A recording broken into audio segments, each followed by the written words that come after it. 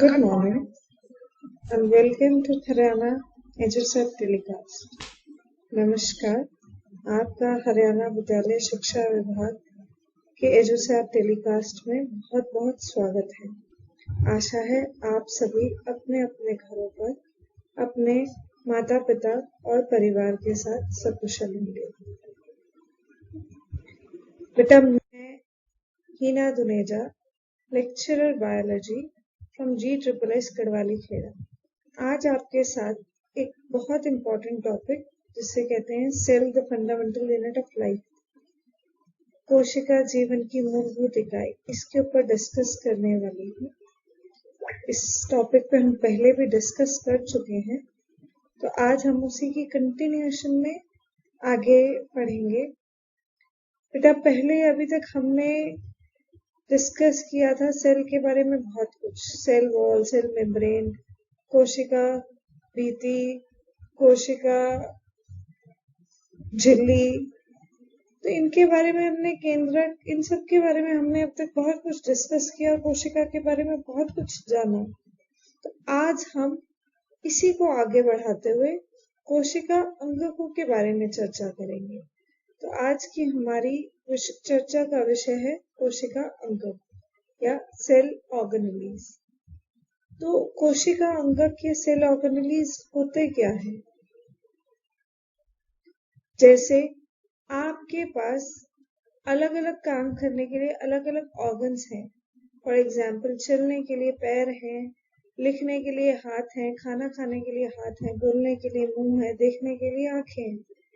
ऐसे ही कोशिका को भी अलग अलग काम करने के लिए अलग अलग कोशिका अंगकों की जरूरत पड़ती है। जैसे हमने पहले डिस्कस किया था कि shape and size of cell depends on their function, या कोशिका की आकृति तथा आकार उनके कार्यों पर निर्भर करता है। पर ऐसा क्यों होता है? चलिए आज इसी को हम आगे डिस्कस करते हैं। तो हमने कहा कि अलग अलग काम करने के लिए अलग अलग ऑर्गन्स की जरूरत पड़ती है। इसी तरह कोशिका को भी अलग अलग ऑर्गन्स की जरूरत पड़ती है।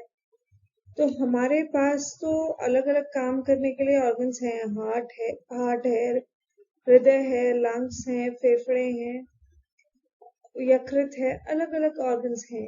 लेकिन कोशिका के पास क्या क्या, स्पेशली यूकैरियोटिक कोशिका के पास क्या क्या अंगक होते हैं, क्या क्या ऑर्गन्स होते हैं जिनसे वो सारे काम कर सके। तो कुछ एग्जाम्पल्स हैं, जैसे mitochondria, endoplasmic reticulum, Golgi body etcetera.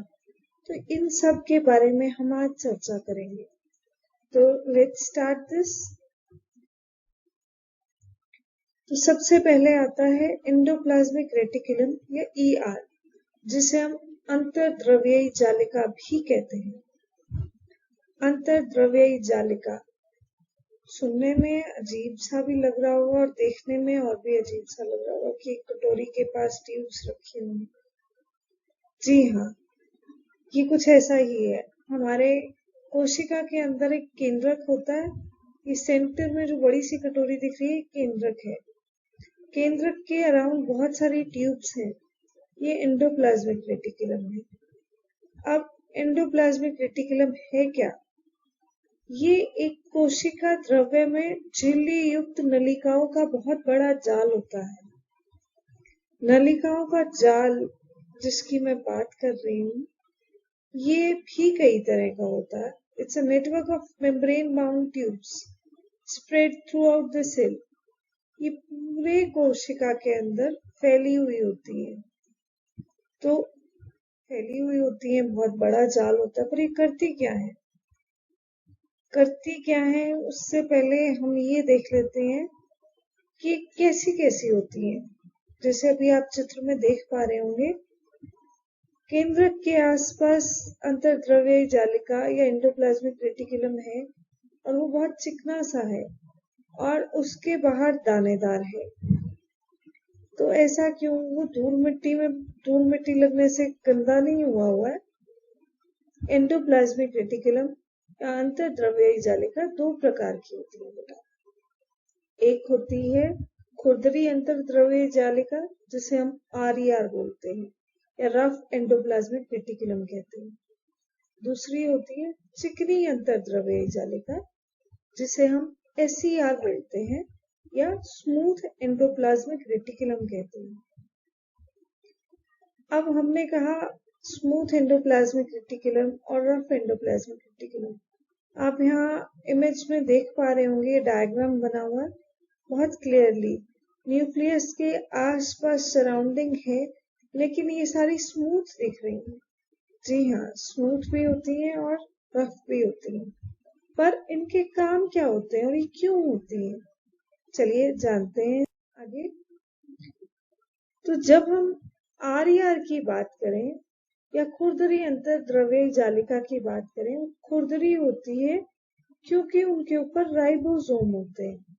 Ribosome की वजह से ही खुरदरी होती है।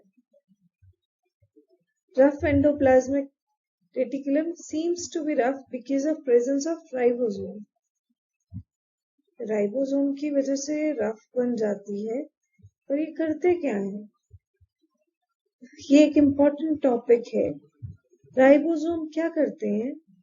प्रोटीन्स बनाते हैं और उनको पूरी कोशिका में अलग अलग जगह पर पहुंचाते हैं। जैसे मम्मी घर पे खाना बनाती है और आपको, आपके पापा को, भाई बहनों को, सबको खिलाती हैं, इसी तरह राइबोसोम भी प्रोटीन बनाते हैं और उनको पूरी कोशिका में पहुंचाते हैं।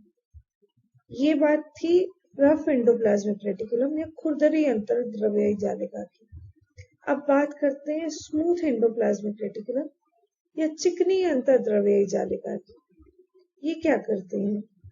ये फैट यानी वसा या और लिपिड्स, इनका संश्लेषण करते हैं। इनका संश्लेषण करने से फैट और लिपिड बन जाएंगे। फैट्स तो हम वैसे भी बहुत खाते हैं, लेकिन इसका कोशिका बना के क्या करेगी? कोशिका इनको बनाती है फैट्स और लिपिड्स को, ताकि वो अपनी कोशिका झिल्ली या एंजाइम्स, हॉर्मोन्स, इनको बना सके। इनको बनाने के लिए SER को फैट्स और लिपिड्स, चिकनी अंतर्द्रव्यीय जालिका को वसा और लिपिड का संश्लेषण करना पड़ता है। अब संश्लेषण कर लिया हमने प्रोटीन, वसा, लिपिड, सब चीजों का, और क्या करेंगे? ये ना सिर्फ बनाते हैं बट पहुंचाते भी हैं। It also serves as transport channel for transfer of proteins throughout the cell. Mummy सिर्फ खाना बनाती नहीं है, आपके पास पहुंचाती भी है। आपने स्कूल जाना है तो पैक करके देती है। स्कूल नहीं जाना, आप घर पे बैठे हो तो आपको रसोई में जाके खाना नहीं लेना होता, मम्मी आपके पास कमरे में पहुंचाती है।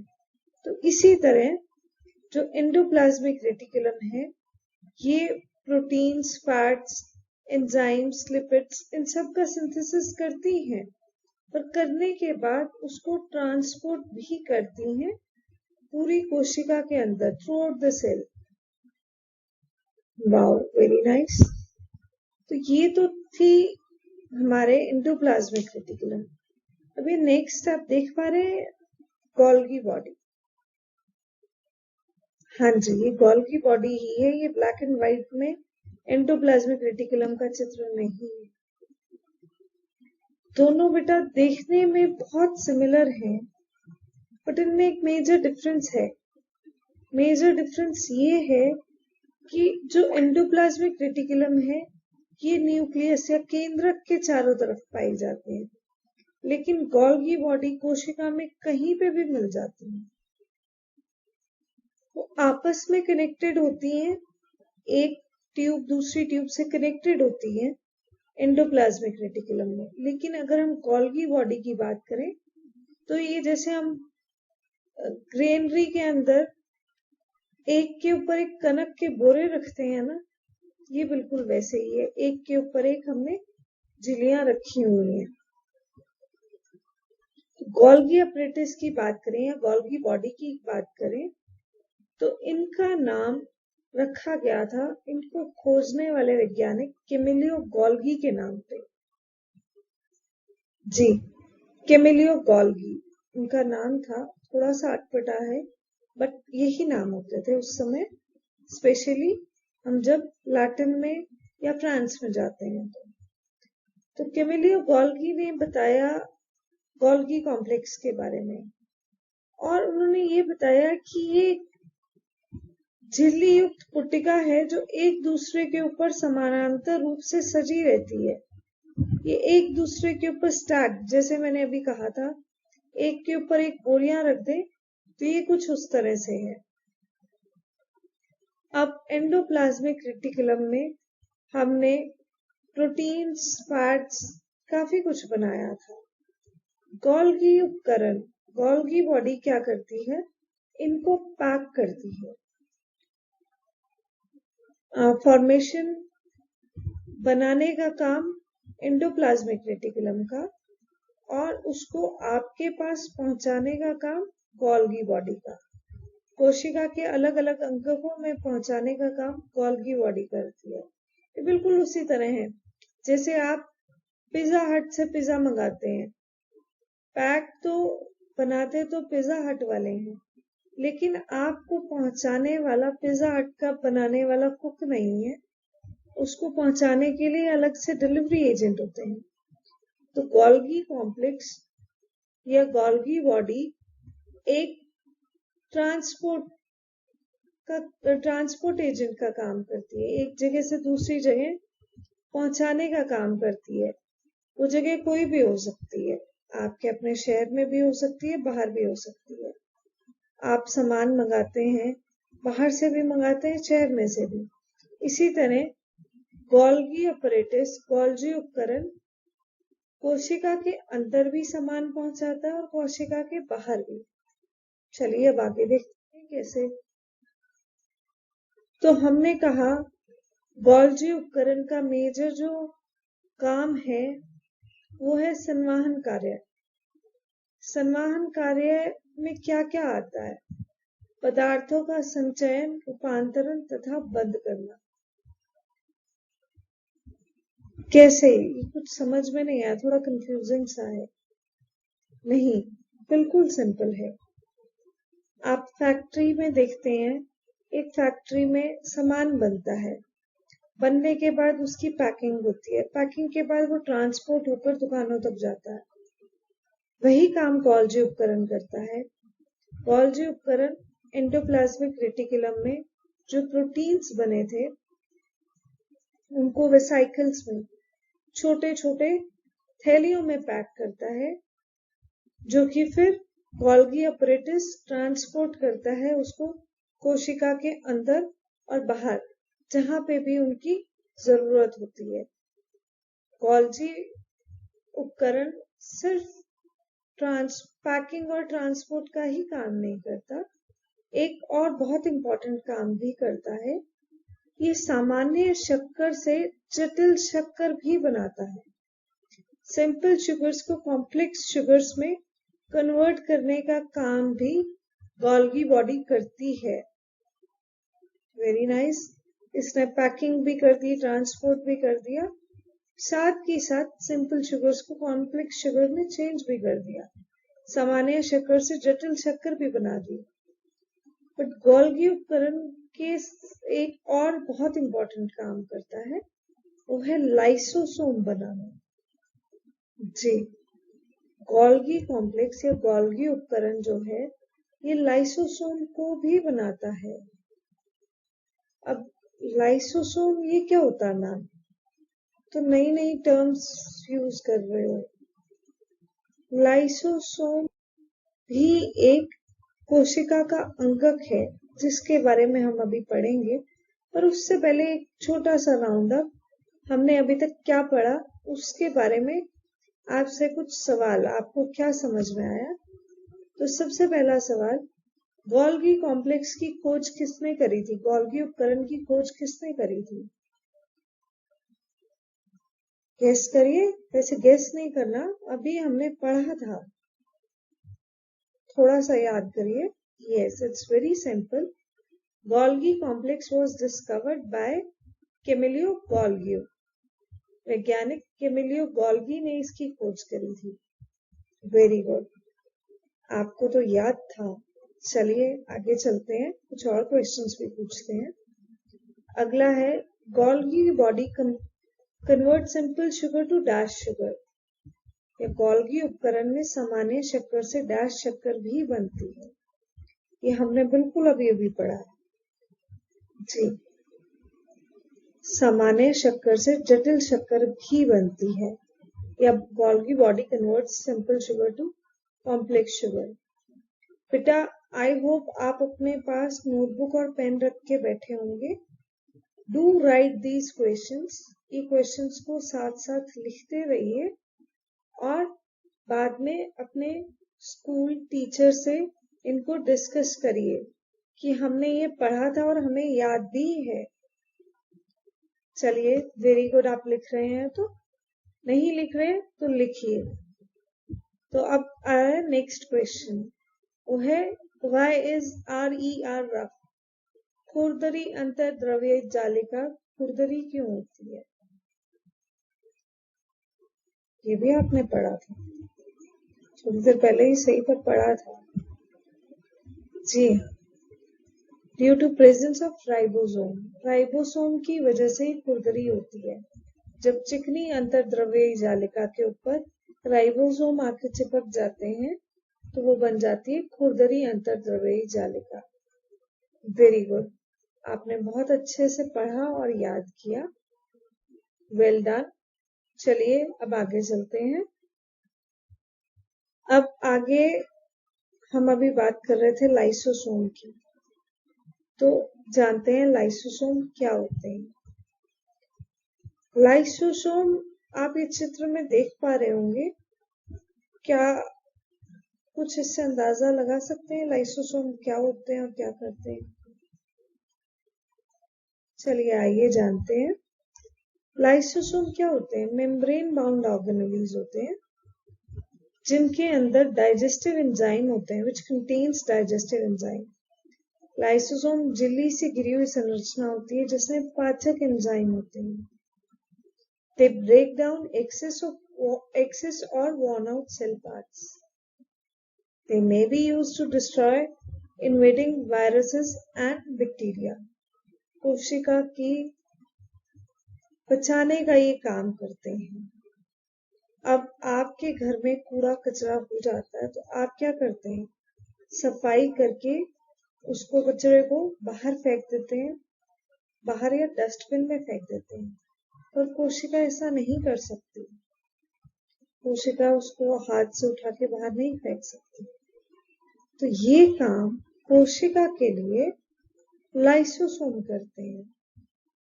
वो एक डिस्ट्रक्टिव ऑर्गेनेली है जिसके अंदर पाचक एंजाइम होते हैं और ये डिस्ट्रॉय करने का काम करते हैं। अगर कोशिका के अंदर कोई भी वायरस बैक्टीरिया आ जाता है, ये उसको भी डिस्ट्रॉय करते हैं। या कोशिका का कोई अंग खराब हो गया, अब खराब हो गई चीज तो घर पे सड़ा हुआ फ्रूट रखेंगे तो वो आसपास जो बाकी ठीक फ्रूट्स हैं उनको भी खराब करेगा। तो इसीलिए कोई भी खराब हुआ कोशिका का घटक है, कोशिका का अंगक है, उन सब को भी साफ करते हैं। वेरी गुड, ये तो एक तरह का सफाई का काम करते हैं। एग्जैक्टली।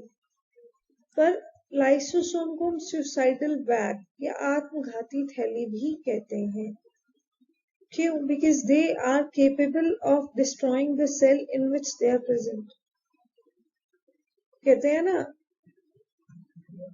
दिए ने घर को आग लगा दी, तो ये भी उसी तरह का काम करते हैं। अगर कोशिका के अंदर बहुत ज्यादा किसी तरह बहुत ज्यादा नुकसान हो गया है, कोशिका खराब हो गई है, बूढ़ी हो गई है, एज्ड हो गई है, तो उसके बाद ये क्या करते हैं? लाइसोसोम फट जाते हैं। लाइसोसोम फट जाते हैं तो उनके अंदर के जो पाचक एंजाइम है वो अपनी ही कोशिकाओं को पाचित कर देते हैं। इसीलिए इन्हें आत्मघाती थैली या सुसाइडल बैग ऑफ सेल भी कहते हैं। जी, suicidal bag of cell. Do remember this. It's an important question. कोशिका की आत्मघाती थैली किसे बोलते हैं? ये एक इम्पोर्टेंट क्वेश्चन है। तो चलिए आगे चलते हैं। हमने लाइसोसोम के बारे में बहुत कुछ जाना। अब आगे है, ये क्या है? ये है माइटोकॉन्ड्रिया। माइटोकॉन्ड्रिया वो क्या होती है? माइटोकॉन्ड्रिया भी एक कोशिका अंगक है। जैसे आप देख रहे हैं कि एक ट्रे के अंदर टेढ़ी मेढ़ी सी झिल्ली वाली चीजें रखी हुई हैं। जी हाँ, mitochondria membrane bound cell organelle है, झिल्ली युक्त कोशिका अंगक है, जिसे कोशिका का बिजली घर भी कहते हैं। Power house of the cell. Power house of the cell क्यों कहते हैं? क्योंकि जीवन के लिए आवश्यक जितनी भी रासायनिक क्रियाएं हैं उनको करके माइटोकॉन्ड्रिया एटीपी के रूप में ऊर्जा प्रदान करते हैं। जैसे बिजली घर में बिजली बनती है, वो बिजली आपके घरों में आती है और आप उसका इस्तेमाल करके पंखे, लाइट, टीवी सब कुछ जलाते हैं। इसी तरह माइटोकॉन्ड्रिया बनाती है एटीपी। अब एटीपी को हम बोलते हैं कोशिका की एनर्जी करेंसी। कोशिका को कहीं पे भी ऊर्जा की जरूरत है तो वहां पे वो एटीपी को देते हैं। एटीपी क्या होता है? Adenosine triphosphate. एडिनोसिन ट्राइफॉस्फेट, ये है एटीपी की फुल फॉर्म। तो माइटोकॉन्ड्रिया एटीपी बनाती है, इसीलिए इसको बिजली घर कहते हैं। लेकिन माइटोकॉन्ड्रिया होती क्या है और कैसी होती है? माइटोकॉन्ड्रिया में दो झिल्लियां होती हैं। ये थोड़ी सी इनसिक्योर ऑर्गेनली है, क्योंकि जितना ज्यादा, जैसे बैंक के अंदर बहुत सारा पैसा होता है तो उसकी सिक्योरिटी भी उतनी ज्यादा होती है। इसी तरह माइटोकॉन्ड्रिया के पास भी कोशिका की एनर्जी करेंसी है, तो इसीलिए उसकी सिक्योरिटी भी उतनी ज्यादा होगी। और इसलिए इसमें दो परत हैं, दो झिल्ली की परत होती है। बाहरी जो झिल्ली है वो छिद्रित होती है, जहां से कोई अंदर आ जा सकता है। लेकिन जो भीतरी झिल्ली है ये बहुत अधिक वल्लत होती है। वल्लत मतलब टर्न्ड अराउंड। जैसे अभी आप चित्र में देख पा रहे हैं, यहाँ पर जो अंदर वाली लेयर है इसके अंदर काफी सारे टर्न्स होते हैं। ये टर्न्स किस लिए होते हैं? ताकि वो सरफेस एरिया को बढ़ा सके। एक तो आपके पास सीधी रस्सी है, दूसरा आपने उसको लपेट दिया तो वो छोटी जगह पे बहुत सारी रस्सी आ जाएगी। वहीं सीधी रस्सी सिर्फ इतनी सी आएगी, छोटी सी आएगी। वहीं उसको आप लपेट दोगे तो वो ज्यादा सारी आ जाएगी। इसी तरह ये वलित हो जाती है। वलित होने की वजह से जो इसका क्षेत्रफल है वो बढ़ जाता है, और जितना ज्यादा क्षेत्रफल बढ़ेगा उतना ही ज्यादा रासायनिक क्रिया करने के लिए उनको ज्यादा जगह मिल जाएगी, जिससे वो ज्यादा एटीपी बना सके। अरे ये तो हमने सोचा ही नहीं। एग्जैक्टली, सोचने वाली बात है कि उसको ज्यादा एनर्जी चाहिए तो ज्यादा जगह भी चाहिए। अब एक फैक्ट्री में ज्यादा सामान बनाना है तो उसकी जगह भी ज्यादा होनी चाहिए। तो इसके लिए जो इसकी इनर मेम्ब्रेन है वो हाईली कॉइल्ड या फोल्डेड होती है। तो ये थी माइटोकॉन्ड्रिया। बट माइटोकॉन्ड्रिया के पास कुछ और भी यूनिक चीजें हैं। माइटोकॉन्ड्रिया बहुत अद्भुत अंगक है क्योंकि उसमें उसका अपना डीएनए है, राइबोसोम है। डीएनए के बारे में आपको कुछ याद है? हमने पीछे पढ़ा था। डीएनए कोशिका का स्टोर हाउस है। कोशिका ने कब क्या कैसे करना है ये डीएनए निर्धारित करता है। इसकी फुल फॉर्म होती है डीऑक्सी राइबो न्यूक्लिक एसिड। ये हमने केंद्रक वाले भाग में करा था। तो डीऑक्सी राइबो न्यूक्लिक एसिड या डीएनए ये वैसे तो केंद्रक के पास होते हैं, लेकिन माइटोकॉन्ड्रिया ने इसमें क्या करना है। माइटोकॉन्ड्रिया में सिर्फ डीएनए ही नहीं राइबोसोम भी होते हैं, क्योंकि ये कुछ प्रोटीन खुद भी बनाते हैं। ये सारे कामों के लिए दूसरों पे डिपेंड नहीं करते। जैसे लड़कियां होती हैं, एक बहुत सिंपल से एग्जांपल, मम्मी खाना बनाती हैं लेकिन वो मम्मी की हेल्प करती हैं। वो मम्मी का खाना बनाने में भी और बाकी घर के कामों में भी हेल्प करती है। इसी तरह माइटोकॉन्ड्रिया अगर एनर्जी करेंसी है, माइटोकॉन्ड्रिया के पास एटीपी है जो एनर्जी करेंसी है, तो वो सिर्फ केंद्रक पे, सेंट्रियोल पे डिपेंड नहीं रह सकता अपने सारे काम करने के लिए। तो इसलिए इनके पास अपना डीएनए और राइबोसोम दोनों चीजें होती हैं। रिमेम्बर इट, माइटोकॉन्ड्रिया के पास अपना डीएनए और राइबोसोम होते हैं। It's also again an important question. So moving ahead, हमने ये पढ़ा कि माइटोकॉन्ड्रिया सेल की एनर्जी करेंसी होती है, इसके पास अपना डीएनए होता है, अपने राइबोसोम होते हैं। लेकिन अब हम बात करें माइटोकॉन्ड्रिया कितने होते हैं, तो माइटोकॉन्ड्रिया भी अलग अलग कोशिकाओं में या अलग अलग अंगों में अलग अलग संख्या में होते हैं, डिपेंडिंग ऑन देयर वर्क। जैसे आरबीसी की हम बात करें तो उसने सिर्फ ऑक्सीजन को ट्रांसपोर्ट करना है, उसका कोई बहुत हैवी सा काम नहीं है। तो बहुत हैवी सा काम नहीं है तो उसको माइटोकॉन्ड्रिया की भी जरूरत नहीं है। तो एक मैच्योर जो आरबीसी होता है उसके अंदर एक भी माइटोकॉन्ड्रिया नहीं होता। लेकिन वहीं अगर हम लीवर की बात करें, लीवर या यकृत की बात करें, यकृत का काम होता है एंजाइम बनाना, पाचक एंजाइम बनाना। तो उसके लिए इसको बहुत मेहनत करनी होती है। तो यकृत की एक कोशिका में 2000 या उससे भी अधिक माइटोकॉन्ड्रिया हो सकते हैं। जी हाँ, जैसे जिसका काम वैसे उसका खर्चा। अब एक मजदूरी वाले कारीगर की बात करें, एक मजदूर की बात करें, तो वो पैदल या साइकिल पे चल लेता है। लेकिन अगर आप रतन टाटा, मुकेश अंबानी या किसी भी अपने पापा की बात कर लीजिए, उन्होंने फैक्ट्री में जाना है, फैक्ट्री संभालनी है, दुकान संभालनी है, तो वो साइकिल पे नहीं जा सकते। उनको उसके लिए गाड़ी, बाइक, स्कूटर, एक्टिवा, इन सब चीजों की जरूरत होती है। तो यही डिफरेंस है, माइटोकॉन्ड्रिया कहाँ पे कितना होगा, जिसको जितनी एनर्जी की जरूरत होगी वहां पे उतने माइटोकॉन्ड्रिया होंगे। तो चलिए, हमने माइटोकॉन्ड्रिया के बारे में बहुत सारी बात कर ली। अब कुछ क्वेश्चंस हो जाए। सबसे पहले, कोशिका का बिजली घर किसे कहते हैं? Which organelle is called powerhouse of the cell? हमने अभी अभी जस्ट पढ़ा। Yes, that's mitochondria. माइटोकॉन्ड्रिया को हम कोशिका का बिजली घर भी कहते हैं।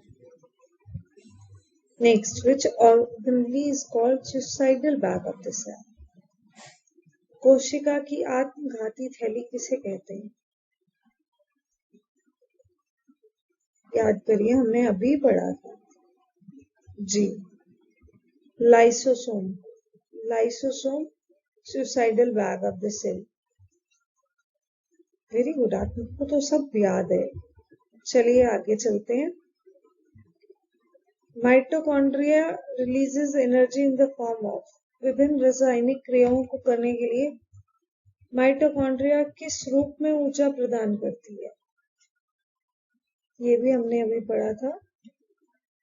Yes, very good, that's ATP, adenosine triphosphate. Very good बेटा, आपने ये क्वेश्चंस आई होप लिख लिए होंगे, बट अपनी मैम को जरूर बताना कि हमें ये सब याद था, हमने अपने आप आंसर लिखे। She'll be glad. चलिए आगे चलते हैं। ये क्या है? Plastid.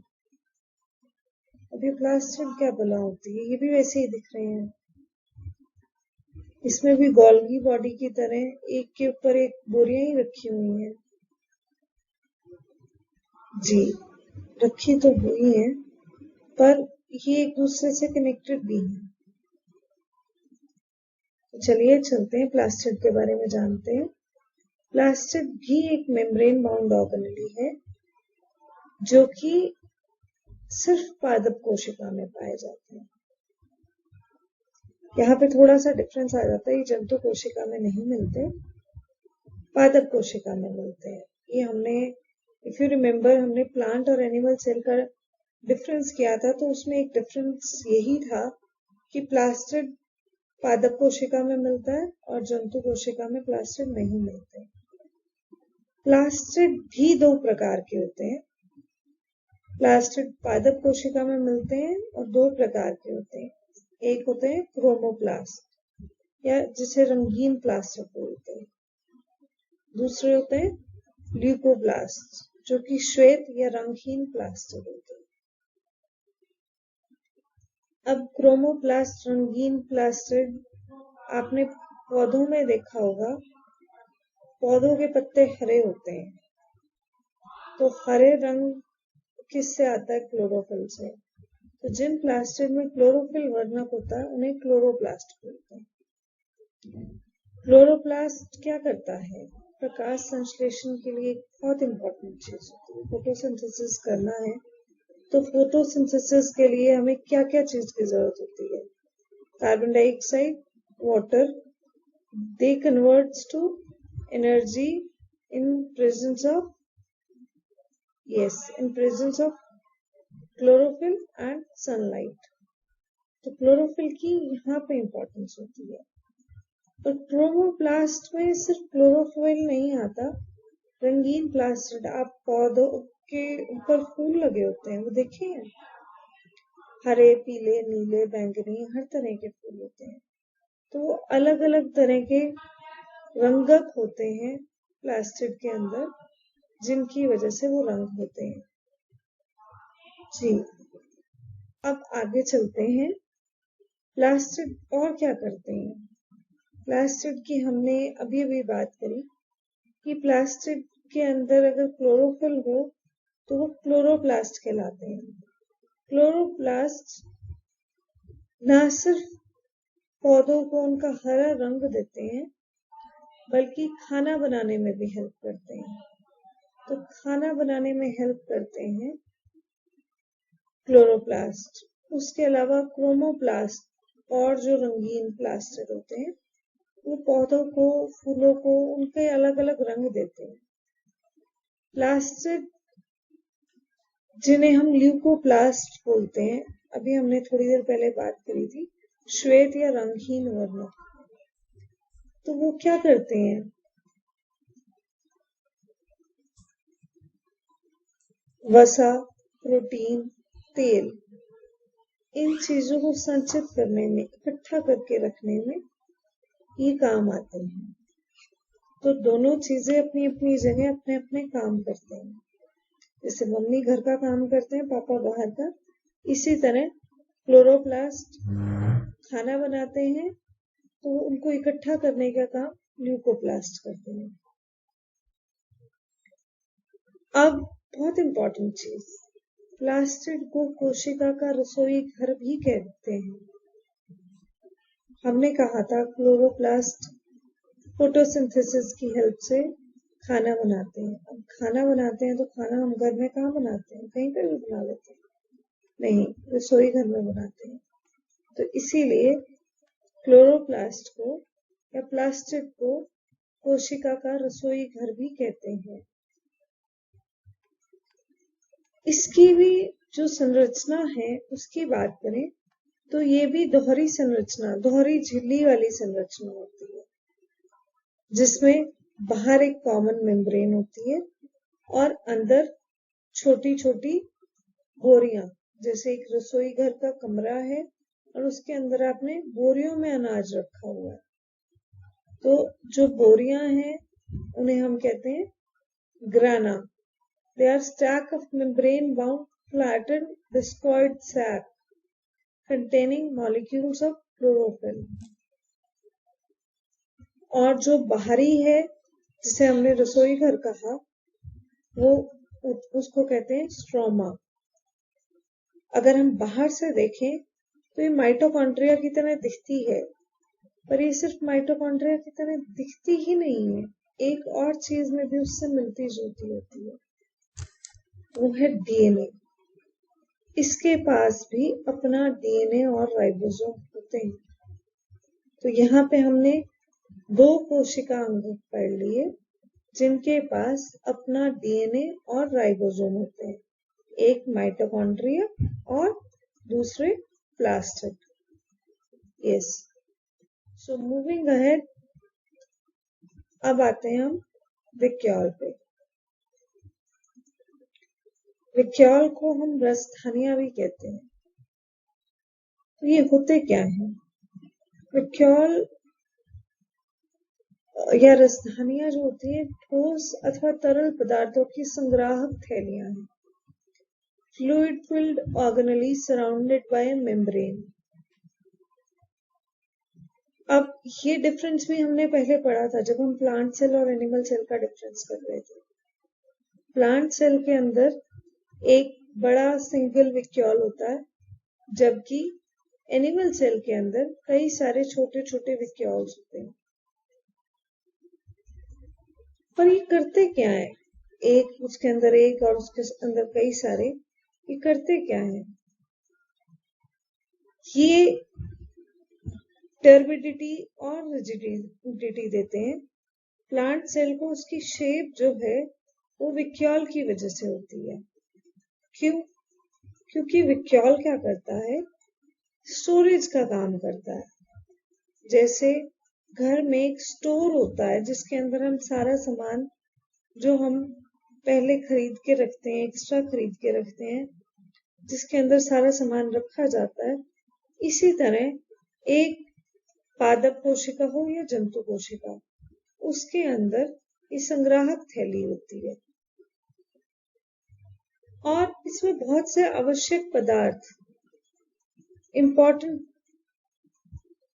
important items like amino acids, sugar, minerals, proteins, ये सब मिलते हैं। इसमें बहुत से आवश्यक पदार्थ जैसे अमीनो अम्ल, शर्करा, विभिन्न कार्बनिक अम्ल तथा कुछ प्रोटीन भी पाए जाते हैं। तो विक्यूल हो गए संग्राहक थैली, रसधानी जिसे हम बोलते हैं। पर अगर हम रसधानी शब्द के अर्थ की बात करें तो उसका मतलब होता है खाली स्थान, एम्प्टी स्पेस। एम्प्टी स्पेस कह रहे हैं और संग्राहक थैली भी बोल रहे हैं, क्या कुछ समझ में नहीं आया मैम? अभी आपने कहा कि संग्राहक थैली है और फिर कह रहे हो खाली स्थान है। बेटा, आप घर के अंदर सामान कहाँ रखते हैं? कोई भी सामान आपको स्टोर करना है तो वो कहाँ रखेंगे? खाली जगह पे।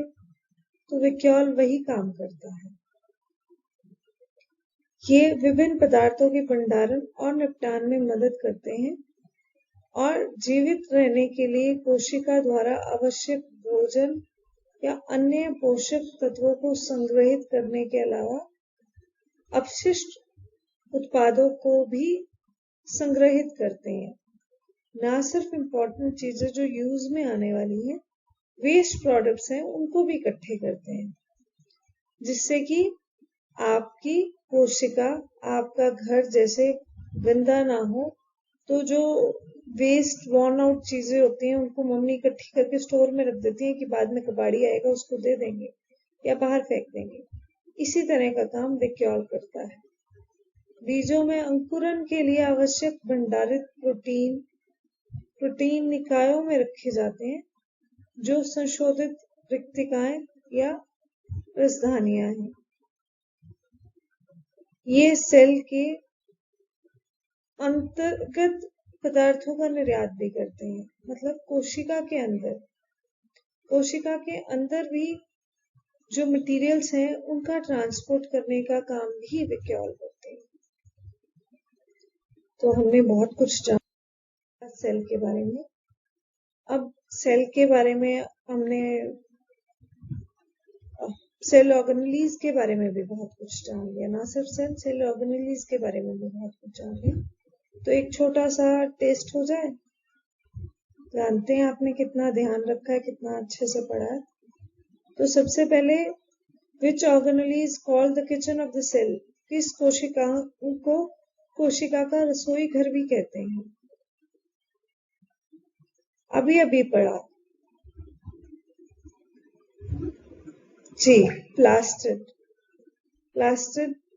स्पेशली क्लोरोप्लास्ट, जिन्हें हम रसोई घर बोलते हैं, खाना बनाने का काम करते हैं। Next, which organelle consist of its own DNA, किस कोशिका अंगक के पास अपना डीएनए होता है। ये भी हमने अभी पढ़ा जी, बहुत अच्छा, लेकिन पूरा याद करिए कि एक नहीं दो होते हैं, माइटोकॉन्ड्रिया और प्लास्टिड, दोनों के पास अपना अपना डीएनए होता है। माइटोकॉन्ड्रिया के पास भी और प्लास्टिड के पास भी। हमने अभी लास्ट यही टॉपिक खत्म किया था।